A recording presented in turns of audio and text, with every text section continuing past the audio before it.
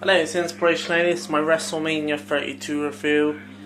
Please check out my last video, which was the WWE NXT special review on Dallas. Hopefully you'll agree on some of my opinions. This is kind of a follow-up to the trilogy, of the weekend of wrestling, because I kind of done the Dallas special review. This is a review, and I've done a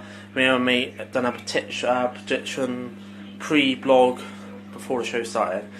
I will apologise in advance. There's been a lot of wrestling lately and not much for apps or blogs, but I haven't really got much to blog about lately. Hence why I will be doing, as I said, back to WrestleMania. So I had to go piss now. So yeah, sorry, it's been a lot of wrestling reviews and stuff like that lately, but I promise you my granddad's rap is coming. I will start writing out soon and blog, so I haven't got anything to blog on, so I apologise for that, but hopefully I broke it up a little bit with the Chubby Bunny. Try and check that out, that's quite funny. So here we go, my review of WWE WrestleMania 32. Again, spoilers if you haven't seen it, so I'll give you 5 seconds to get away from this video if you haven't, or if you want to see what I thought of it, then stay on the video, but this is your 5-minute second chance to go.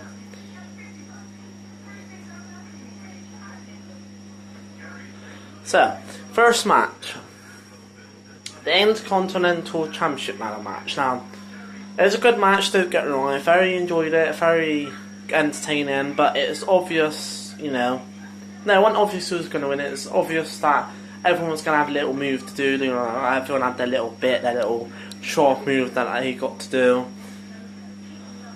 But it was a good match. Everyone had that, like I said, their show-off bit.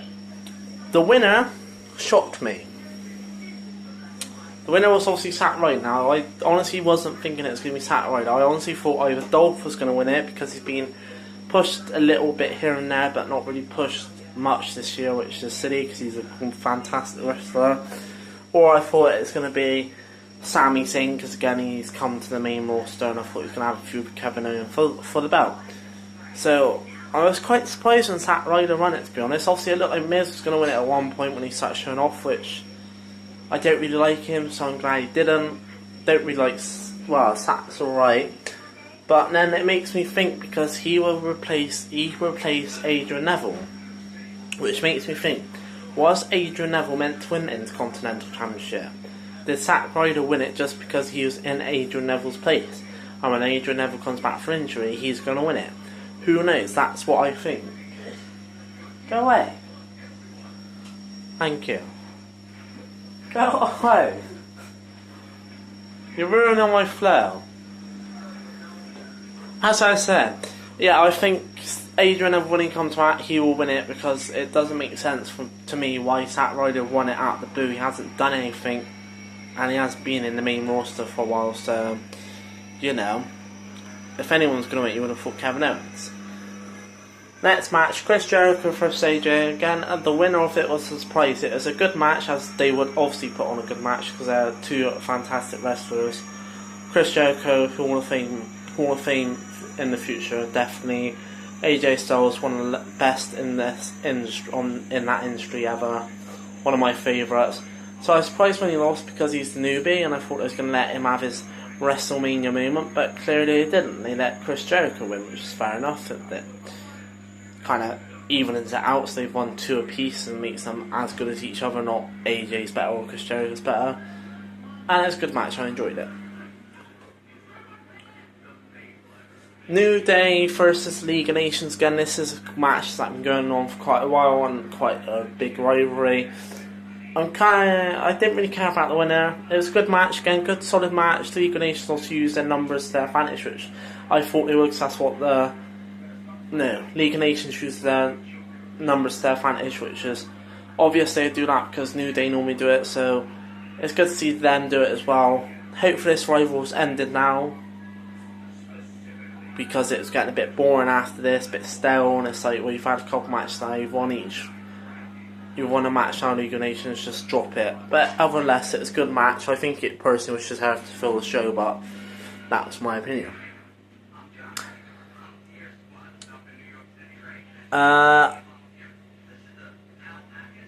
the women's triple threat match. Again, three of the best wrestlers in WWE at the women's division. I was hoping the boss, Sasha Banks, would win it, because she is my favourite out of all the divas on the main roster at the moment, or women wrestlers, whatever you want to call it.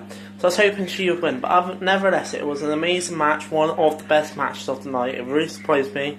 I really put on a good match, but I didn't think they put on such an amazing match, which they did, so fair play to them.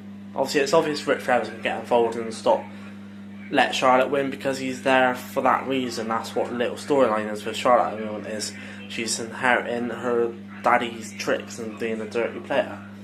So, as much as disappointed that Sasha Banks didn't win, I'm not that disappointed, because it was an amazing match, which made up for that. The Andre Battle Royal, again, pointless match. I think it's just there to fill the match. Honestly, I thought Kane or Big Show was going to win, because enemies relatable to Andre the Giant in size and tallness, but alright, it's a nice little surprise that Shaq O'Neal was in there, and had a little bit of fun and messed about, because obviously he had a feud with Big Show, but he got chucked out with Big Show straight away anyway, so I think it's pointless. It was just there to fill the match. Fair play to Baron Corbin, who won, which was a bit of a surprise, but it wasn't, because it's been rumoured that he was going to be put to the main roster event quite soon anyway, so I'm kind of glad he won it, because it's a new fresh face that's won the Royal Rumble, not someone old who's won it before, so it's a nice little surprise. But again, I do think it's just another filler to the show. Sorry, the iPad keeps going. No holds barred street fight. This one disappointed me in a minute. I thought this one was going to be on the top of the list, of that top three of the best matches at WrestleMania, but it disappointed. It was too short for me. Yeah, Dean Ambrose showed he could stand up to the beast and stand his own, but again, it was too short for me, I reckon. They could have gone on a bit longer, made it a bit better, added more violence to it. Apparently, Dean Ambrose did push for more violence in the match, because he is that crazy. I've seen his old days, and he took some crazy shots and crazy weapons, but I'm guessing either Brock didn't like it, or WWE didn't like it, Vince, whatever. They didn't put on a decent match. They put a decent match, but not the best match they could have. I reckon they should have pushed it much more higher in the violence, not like stupid, but much more higher, and let them go for longer, and it would have been one of the best matches tonight. But I think personally it's disappointing, and the winner, I wasn't really too bothered, because I like both, so well done Brock for winning, but it was a disappointment of a match. What Brock's going to do now, I don't know. What Dean's going to do, hopefully he'll get pushed in the title picture again and actually win the belt this time. Shane versus Undertaker. Again, this match was too short for me. It was a good storyline. Obviously, Shane done that dive off the top of the Hell in a Cell into a command table, which fair play to him, exactly like a Fackner, and it took a lot of effort and fair play to him. Fair play to both of them, because it was a very good match, one of my favourite matches of the night. It was not really that backwards and forwards. It's more like, Shane, come on, bring it, I'm not scared of you, do your worst, and then Undertaker kind of just doing it and going, yeah, I'll do it then, stuff you. It was obvious Undertaker was going to win, in my opinion, because there's much more better people who could beat his legacy. Triple H, Shawn Michaels, they're all legends that I reckon could have beaten it, but they didn't. Apparently it's rumored John Cena's going to go against him next year, which if he does, I'm not going to look forward to that, because I do like John Cena, but more on that later. But overall, it was a decent match. It made up for some of the crapper matches during the night, and fair play to both of them for taking a punishment and doing the moves they did in that match. Triple H versus Roman Reigns. All I'm going to say on this one was a pile of shit. It was basically Roman Reigns doing Superman punch or spear all the time, and him just dominating Triple H. It was no storyline to it really, no match to it really. It was just him literally doing the same moves, them kicking out of each other's finishes. I think at one point they did. It's obvious Roman Reigns is going to win, because again he's been rumoured to be heading WrestleMania for the next couple of years, which I don't agree with. I can't stand him. He bores me to bits. So I'd rather have Seth Rollins or Dean Ambrose. So I was hoping Triple H would win it, just because I can't stand Roman Reigns, but it's obviously wasn't going to win. It was a shit match. Hang on, 2 sets. And then last but not least, The Rock versus John Cena. Okay, 2 sets.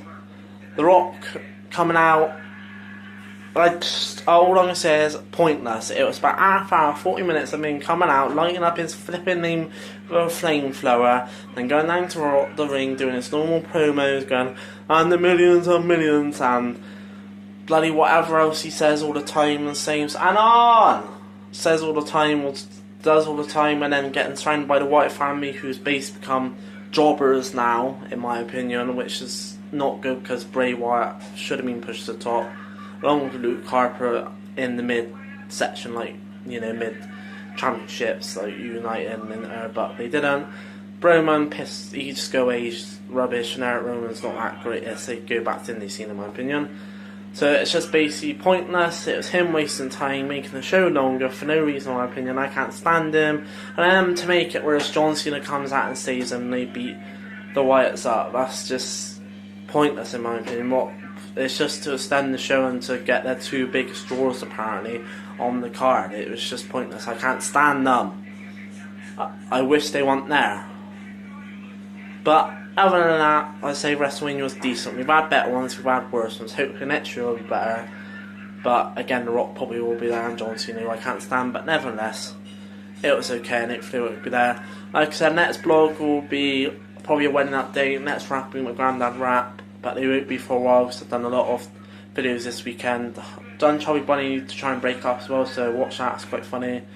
Hope you'll enjoy my reviews and agree with my opinions. If not, don't hate on me, it's just my opinions. I don't like John Cena, I don't like The Rock, so don't kill me.